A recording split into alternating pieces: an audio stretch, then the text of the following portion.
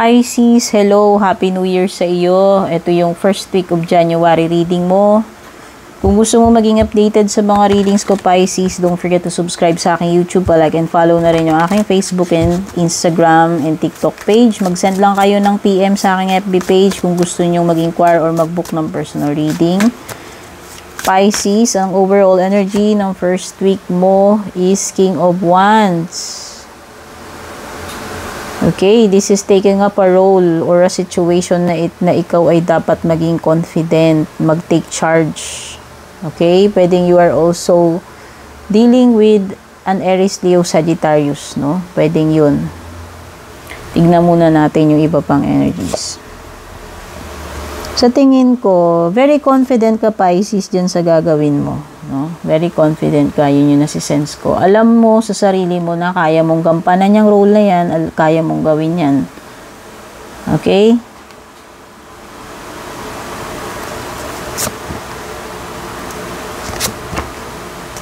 So, meron kang Nine of Cups, Knight of Cups, Chariot, the Tower. Ito yung mga cards mo dito.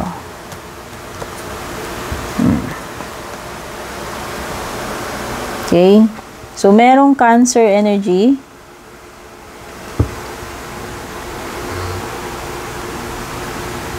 Uy. So, hindi ko alam kung masasaktan yung ego or pride mo itong first week. Ayan, mahihit ka ng Tower. May marirealize ka, Pisces. Meron ding mga panggulat moment dito. Mga bagay na hindi mo ina-expect pero mangyayari yun. Okay? May mga bagay nang dapat dito baguhin, ayusin, Pisces. Oo, hindi ka na makakaiwas dyan. Kailangan mo ng yan, ayusin yan.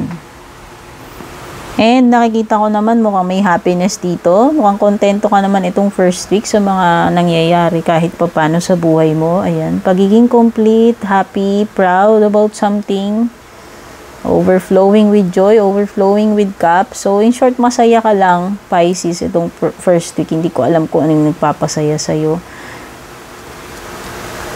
Expect mo na may movement, travel. Okay. So, back to work na iba, back to pasok sa school yung iba. Wow. So, this is pagiging inspired or receiving affection.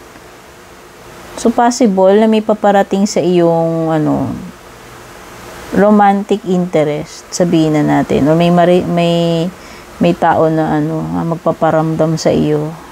So, ito. Mag-e-express to ng feelings niya.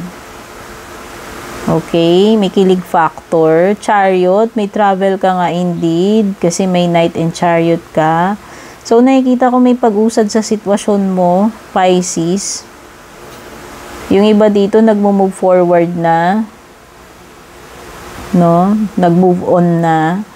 So, nakikita ko rin, Pisces, may mga kailangan kang pagpilian or decisions dito sa Chariot. No? Ito yun. So, nakikita ko talaga dito, progress para sa inyo. Puro papunta kayo dito sa kanan Pag-usad Ang ganda. So, definitely, merong dito, improvements, progress, at saka mga pagbabago para sa iyo, Pisces, no?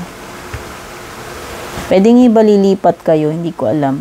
Lilipat ng bahay, o trabaho, o kung basta may paglilipat, no?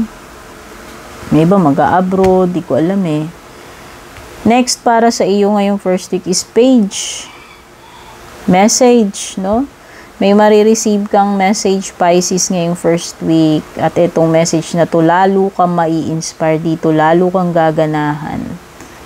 Okay, pwedeng good news ito, Pisces. Pwedeng may kinalaman sa kahit saan, no? Pwedeng sa negosyo, sa trabaho, etc., etc. And yung pinaka-outcome mo is wow, movement, communication, progress. So, pwedeng iba sa inyo mag-i-start na kayong trabaho nyo, mag-a-abroad, magta-travel, good news pagdating sa negosyo. Ayan, naputol yung video ko guys, na low bat ako. So, ayan. Pwede itong good news pagdating sa negosyo, pwede rin good news pagdating sa career. So, ayan, pag yung iba may mga interviews kayo, maaaring swertihin kayo or makapasa. So, ayan, pwedeng yung iba, makaka-receive kayong phone call, email, basta communication, no? So, maging lang kayo dito aware kasi pwedeng may mga tao na gumagawa-gawa ng mga chika sa inyo or maka-attract kayo ng mga inggitero-inggitera sa paligid nyo. Okay? So, ayan. Pwedeng may mga intriga detain ng mga marites na naiinggit sa inyo, Pisces. Pero ang importante dito ay may movement or successful outcome sa iyong mga ginagawa or goals. So, ito yung mga nasilip ko para sa iyo, Pisces, ngayong first week. Don't forget to like and share. God bless. Kita-kits sa ating next reading.